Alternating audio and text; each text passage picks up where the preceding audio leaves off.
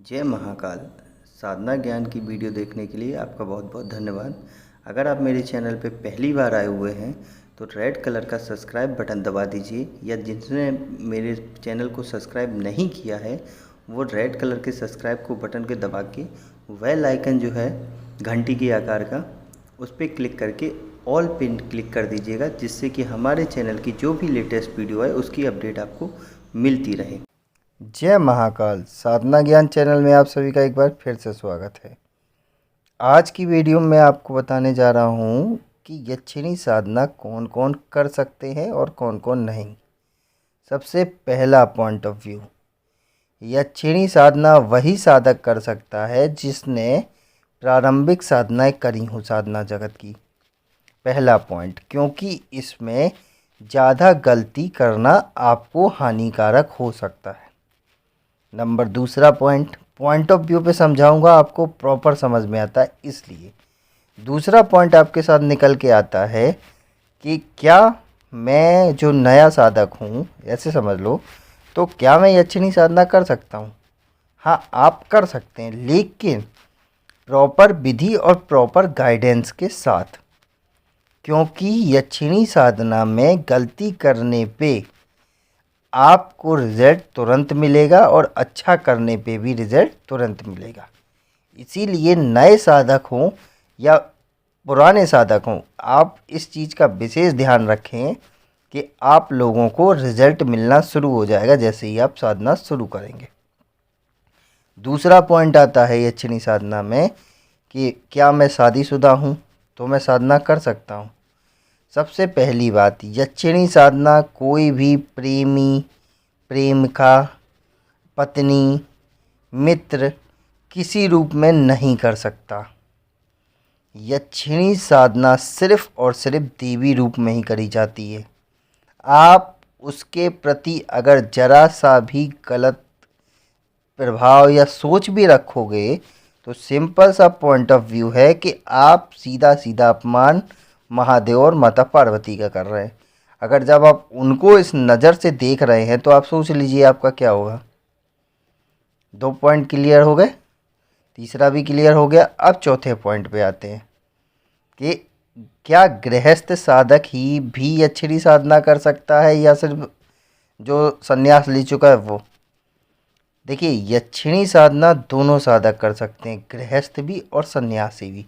सन्यासी करता है तो वो अपना एकांत में आनंद लेता है, लेकिन गृहस्थ जब करेगा तो उसको जो सांसारिक जीवन की चीज़ें हैं उसमें लाभ होना शुरू होता है, जैसे कि पैसे में, प्रॉपर्टी में, जीवन में, विवाह में, विवाह सुख में, संतान सुख में, सब कुछ में होता है।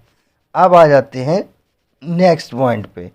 नेक्स्ट पॉइंट क्या है कि क्या इस साधना में अनुभव खतरनाक भी होते हैं या सौम्य होते हैं? सबसे पहली बात, ये साधना एक ऐसी साधना, देखिए आप सिंपल सी समझिए इसमें, अगर आप कुछ भी साधना करते हैं, जैसे अप्सरा साधना हुई तो वो सौम्य रूपी है, यक्षिणी भी सौम्य रूपी है, लेकिन जो आदमी आपको जो आपकी किस्मत में भी नहीं है वो भी दे दे, तो आप सिंपल सी समझ लीजिए, अगर वो आपको दे रही है तो अगर आप गलती करेंगे तो वो वापस भी तो लेगी। तो इसमें आप ये सोच के मत बैठिए कि हम अच्छे ही अनुभव होंगे, दोनों होते हैं इसमें। और इसमें पॉइंट ऑफ व्यू क्या है, क्या हमें किसी भी सुरक्षा मंत्र की आवश्यकता पड़ती है? बिल्कुल। इस साधना में आप अगर किसी भी सुरक्षा मंत्र की साधना या सिद्धि करके नहीं बैठ रहे हैं और आप ऐसे ही किसी के दिए हुए मंत्रों के साथ बैठ रहे हैं, तो आप ये समझ लीजिए कि पूरा निगेटिव इफेक्ट आपको और आपके परिवार के ऊपर आने वाला है। उसमें जिसने पैसे लिए हैं वो उसकी गलती है, उसने वो विधि विधान आपको ऐसे ही पकड़ा दिया है। अब नेक्स्ट पॉइंट आता है इसमें, आज ऐसे ऐसे पॉइंट क्लियर करूँगा जो किसी भी YouTube पे नहीं मिल रहे होंगे, और वो सारे क्वेश्चन ऐसे हैं जो आप लोग पूछते हैं और नहीं मिलते हैं। अब नेक्स्ट पॉइंट जो आता है कि क्या इसमें दीक्षित होना अनिवार्य है या नहीं। देखिए, अगर आप किसी से गुरु दीक्षा लिए हुए तो आपको यक्षिणी साधना अगर आपका गुरु नहीं दे रहा है तो आप हमारी दी हुई साधना ना करें। सबसे पहली बात, क्यों? हमारी दी हुई साधना में हमारी पद्धति चलेगी, हमारा विधान चलेगा, किसी भी गलती की कोई गुंजाइश नहीं रहेगी। इसलिए अगर आप दीक्षित नहीं हैं तो आप कर सकते हैं। क्यों? क्योंकि हमारी पद्धति, हमारे विधान के हिसाब से हम आपको वो देंगे। अब इसमें एक नेक्स्ट पॉइंट आता है कि जो यक्षिणी साधना में शुल्क लिया जाता है एक्चुअल में वो किस लिए लिया जाता है। इसका मैं शॉर्ट नहीं फुल्ली आंसर देने वाला हूँ आज। मान लीजिए यक्षिणी साधना आप कर रहे हैं तो उसका पैसा क्यों लिया जा रहा है? इसलिए लिया जा रहा है एक्चुअल में कि उसमें हवन आदि क्रियाओं का उल्लेख होता है और जो गुप्त विधि विधान जो विधि देता है वो करता है।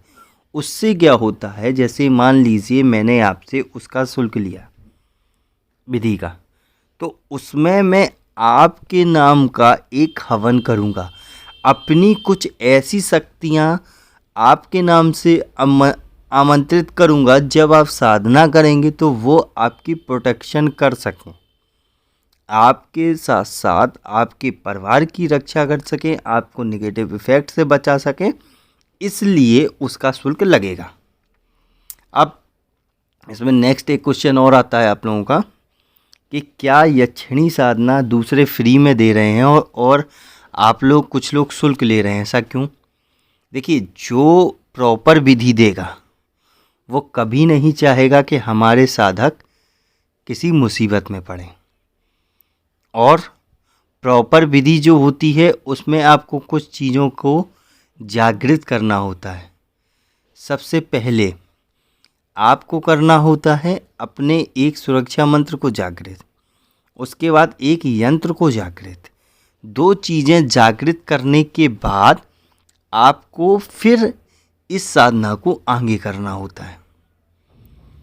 इतने पॉइंट ऑफ व्यू समझ में आ गए। नेक्स्ट पॉइंट क्या होता है इसमें कि यक्षिणी साधना जो होती है वो आप लोग क्यों करनी चाहिए, ये भी आता है ना। यक्षिणी साधना जो होती है इसलिए करनी चाहिए, अगर आप कर सकते हैं, आपको जो चीज़ लग रही है कि आपकी किस्मत में नहीं है वो चीज़ आपको पानी है तो आप यक्षिणी साधना करिए। अगर आपको ये लग रहा है कि आपके जीवन में सब कुछ है और आप सौम्य जीवन जी रहे हैं तो आप ये साधनाओं से दूर रहिए, क्योंकि इस साधना के बाद आप साधना जगत में प्रॉपर एंटर कर चुके होंगे। इसलिए इस साधना से दूर रहिए अगर आप भक्ति भाव में जाना चाहते हैं। अब और एक पॉइंट ऑफ व्यू को निकल के आ जाता है आप लोगों का कि जो यक्षिणी है तो वो साधना हमने कर ली, उसके बाद क्या हमें प्रॉपर इसका मंत्र जाप करना पड़ेगा डेली? नहीं। आपने 21 दिन का संकल्प लिया है तो 21 दिन आपको प्रॉपर विधि विधान से करना पड़ेगा। 21 दिन बाद आपको साधना करने की कोई आवश्यकता नहीं है।